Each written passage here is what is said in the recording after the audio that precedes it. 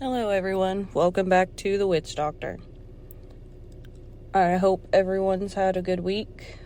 I'm a little late posting this week, but it's been kind of crazy, so I'm not going to get into that right now. That's a whole other wormhole we're not going to go down right now.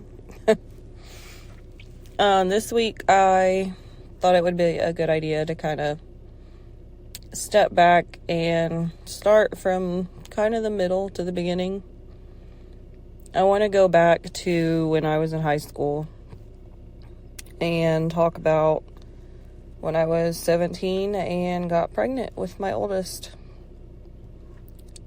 That's been a huge part, obviously, of what shaped me today and a lot of the struggles that I went through and just kind of how I've grown. So figured that would be a good place to get started. So when I was about 15, I started dating a guy, and he went to a church in town, so I started going with him, and that was actually an apostolic Pentecostal church. So I'd always grown up Christian. My aunt and uncle were Christian missionaries. They lived in Mexico for, I forget how many years as missionaries, but they went all over. So I used to go to church with them. I had a little bit of a background, but nothing like my parents never went to church or anything like that. So when I got with him, I got into church and started out slowly, and then I decided I was going to switch to wearing the long skirts and not cutting my hair and become an actual member. So we dated for, I forget how long, a year and a half, something like that. And then we ended up breaking up, and I got with my ex-husband, and now ex-husband. I think I was 16. Yes, I was 16 when we got together. And then I turned 17 in May. He graduated in May. And then in August of that year, I started my senior year of high school. Senior year for me was pretty easy. I had always taken advanced classes and taken classes over summer school and things like that to kind of try to get ahead. And I had decided going into my senior year that I was going to graduate a semester early because I had all of my credits and I could have went back. I had to give up my academic honors because in order to do that, you have to go every semester. But because I was going to leave a semester early, I had to give that up, which that was fine. I just wanted out of school early. The plan was to start college in January. So, start senior year, everything's going great. And all of a sudden, I was starting to get really sick. My period was late. And I started making comments to my mom about it. She just kind of looked at me weird. And then, time went on. I'm like, this is a little weird. And it kind of dawned on me, like, you should probably take a pregnancy test. So, at 17 years old, I went and bought my very first pregnancy test. I went to Speedway, went into the bathroom, and took 2 different tests. Both came out strong positive right off the bat. I cannot even explain the feeling looking at that test. Because for one thing, I was only 17. For another thing, we were in church. We were supposed to not be having sex before marriage. And, I was a senior. Life was just supposed to be getting started. So it was kind of, it sounds cliche to call it a reality check, but it really was. told his parent, well, I went and picked him up from work that night, and I just handed him the test, and we both just started bawling because it's a lot. It was a lot. So we told our parents, and of course we had to tell our pastor, and it would have been easier if he was mad, because this is a man that my dad wasn't in the picture. I'll get into that a lot more later on, but I've always had my stepdad, but I've never had like a dad, like my actual dad in the picture. But I really looked up to my pastor, and for him to look at me and tell me that he's disappointed in me was very, very hard. Which, I mean, it was nobody's fault but ours. I mean, that's what happens, kids. So that was in August of my senior year. I had horrible morning sickness, and I mean horrible. I missed a lot of school. My grades tanked. By the end of the semester, it got to the point I had to pass one class in order to still graduate early.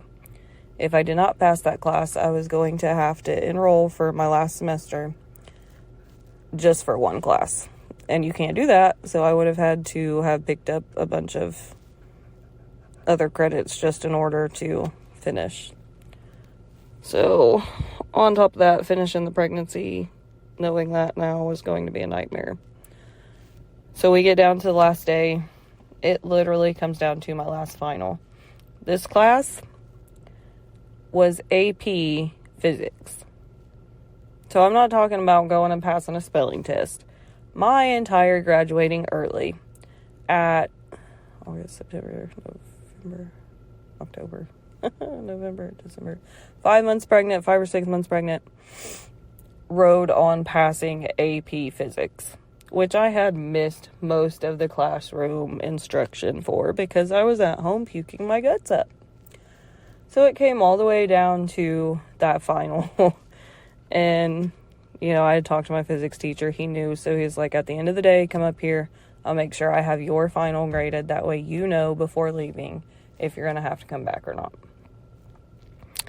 So I go upstairs, and I remember standing there, and he looks at me, and then all of a sudden he breaks into a smile. I passed this final with a D+. I needed at least a D. That was the most nerve-wracking thing in my entire life, I swear. Yeah,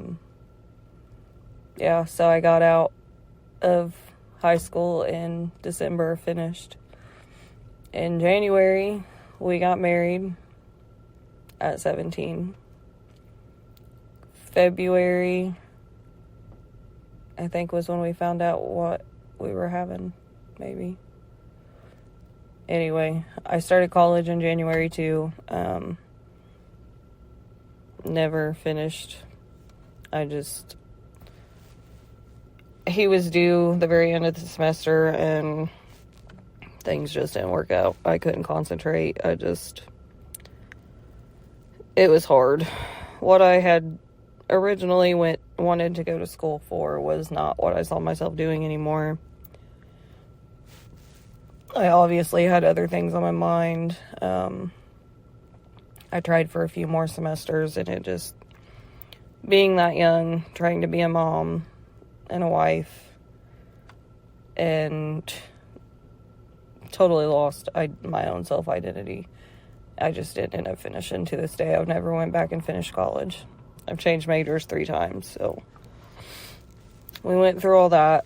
So I had classes all the way up until he was born in April. My mom's birthday is April 27th. We ended up in the hospital that night at 9 p.m. He was born the next day. Mind you, again, I'm 17. I was 2 or 3 weeks shy of turning 18. And I had never even had surgery besides getting tubes in my ears as a kid. So I had never had stitches. None of that stuff. And if you know me, you know that I am terrified of needles, anything like that. And my mom had told me, you need to prepare yourself. We had taken birthing classes and everything. My mom's a nurse. She had told me that, you need to prepare yourself for if you end up having to have a C-section. I looked at her and said, no, that's not going to happen. I don't need to prepare myself. It's not going to happen. I'll worry about that when the time comes. Well, when you're 17, even though I had done birthing classes and I had read the book and done my Googling or whatever, I went in at 9 o'clock that night, progressed a little bit. By 6 a.m., I was 6 centimeters. They came in, they broke my water, and gave me the epidural. That's when everything stopped. Going back now, I should have waited on the epidural. I really think that's what stalled my labor. It is what it is. You can't. Coulda, woulda, shoulda. But I ended up having a C-section. As they were pushing me back, I felt like I had to push. And his head was crowning, but I was only 6 centimeters dilated. It looked like I was 10, but as soon as I would push, the cervix would pop back up. So, C-section we went. He was 2 weeks early. He ended up weighing 9 pounds, 14 ounces, and was 21.5 inches long. So, Mama made a big boy. So, we ended up having to have the surgery. It was a whole big thing. Because now it wasn't just 17 having a baby. Now it was 17 having a baby and now having to recover from major surgery. Tried breastfeeding. That didn't work. I was so stressed out and in so much pain. And, thank God for my mom. She came and stayed with us the first week or two because I was still under 18 even though I was married and all that. But she was able to come and stay with us and help us out. So, we moved back and forth. We had our own place at that point. Over the years, we had plenty of troubles. I stayed home with our son because it was too expensive to get a babysitter. So we always struggled with money. My husband at the time was always back and forth between jobs because, he would have he had an amazing work ethic, and he would try to get a better job, and then it would end up, the grass don't always look greener. And we'd get behind, and then I'd try to work for like a week, and then babysitter wouldn't work out, and we'd be back to square one. So we struggled a lot with moving a lot, with having money issues. There started to be infidelity issues on his part, which again, you get married when you're 17, you're completely in love and think you're going to be with that person for the rest of your life. And, I'm sure some people it works out, but for us, we went on to have another baby at 22 that was planned. I prayed and prayed and prayed for him so much. It was such a different journey trying to get pregnant than, getting pregnant at 17 as a complete surprise. So it was nice to kind of have that other side of it. He ended up being born planned C-section, and he was 1 week early. He was 11 pounds, 4 ounces, and 21.25 inches long. So I know how to grow them babies. I got my tubes tied after that. We decided we didn't want any more kids. But about 2 years after that, the infidelity issues had continued. Over the years, depression hit me hard. Being a stay-at-home mom, having absolutely no identity of myself. I didn't get to grow. I grew up, but I didn't get to grow up like a lot of people do. I jumped straight from high school to college to mom to wife. I didn't get that in-between part, and that has been very hard for me. Not necessarily that I feel like I have missed out on anything. I mean, yeah, I don't know. I'm always careful about how to word it, because my son jokes all the time that he was a mistake, and I hate that because I was told that all my life, and it's not a mistake. I mean, us having sex before marriage, yeah, okay. That in itself was a mistake. No child is a mistake. And disagree or agree, I don't care. That's my view on it. But it's just, depression took a very hard toll on me. Because I just didn't know who I was. And when we got divorced, I didn't even cry, because I had cried so many times throughout our marriage that there just wasn't anything else to cry over.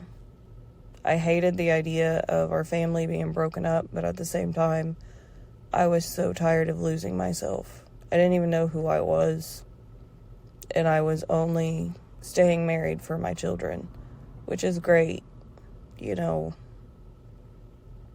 We should do things for our kids, but we shouldn't completely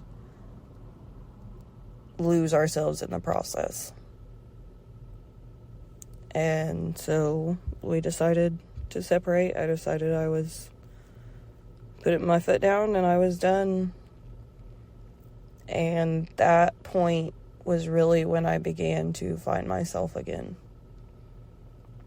But I have also still continually dealt with the money issues, and we ruined my credit, because we'd get and be like, ooh, credit card, we need help buying Christmas, and then we wouldn't have the money to pay for it. And so I'm still, to this day, still struggling to take care of that debt. And here I am at 31 years old. I do not have a house.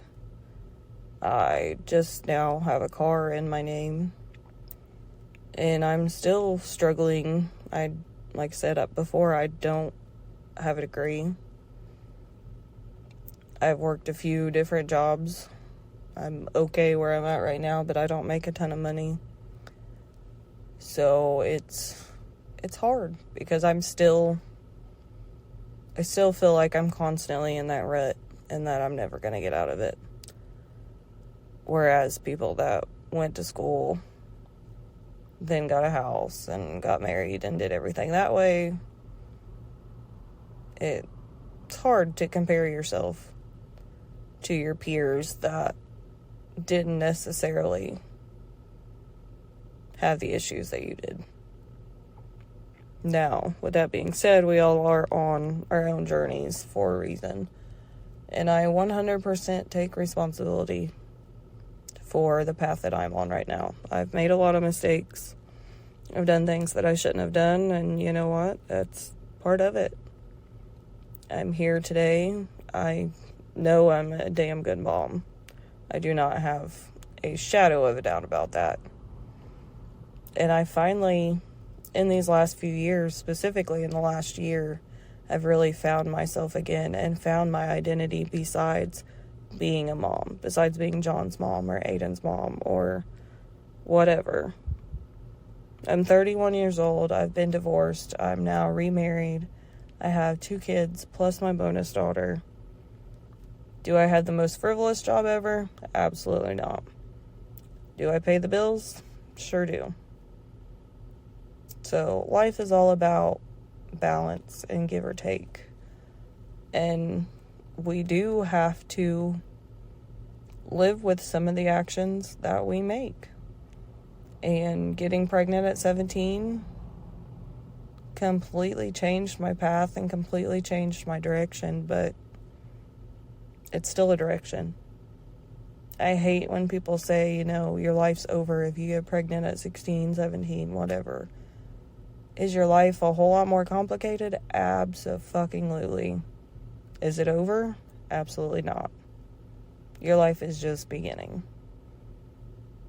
I mean, sure, there's adoption, there's abortion, whatever you want to do. I'm not telling you one way or the other what to do. It's your body, your life. Only you can make that decision. But just know that it is 100% possible to go on, to have your baby, to still have a life. I mean, I have a roof over my head, I have a vehicle, I have bills that are paid, I have food in my mouth, my kids have a place to go. To me, that's winning. I mean, am I a millionaire? No. Am I ever going to be? Probably not. But that's okay. You handle the cards that you're dealt. And just because you slip up, you get pregnant, does not mean that your life's over. And it does not mean that you cannot be a successful person, because you still can. You just have to brush yourself off and deal with it. And that's exactly what I've tried to do. So I just wanted to kind of share that little blurb. Just kind of get my opinion on it, because like I said, you hear so much hate, and obviously I don't want to condone teen pregnancy or anything like that, but the truth of the matter is kids are going to be kids. And if they want to do something, they're going to do it. It doesn't matter. They will find a way and a place, and they will do it. So the best thing that you can do is just talk to your kids, be open with your kids, keep that open line of communication with them, and just educate them. And then what they do with that education, with that information, is up to them. And, you know, if the time comes and my kids, something happens, they get someone pregnant, then we'll deal with that when the time comes. It's very strange being 31 years old and having a 13, almost 14-year-old. The closer that he gets to the age that I was when I got pregnant, it's very strange. And you start getting kind of like, oh God, oh God, oh God. So that's going to be the interesting next chapter, I guess. But I don't know. It's just part of our wonderful circle of life. So that's pretty much it for today. I just wanted to kind of go over the struggles that I've had, and just the journey of being 17 and pregnant to now 31 and having an almost high schooler and middle schooler and elementary schooler. So if anybody has any questions, feel free to ask, and I will be back in a few days with episode 3. Thank you.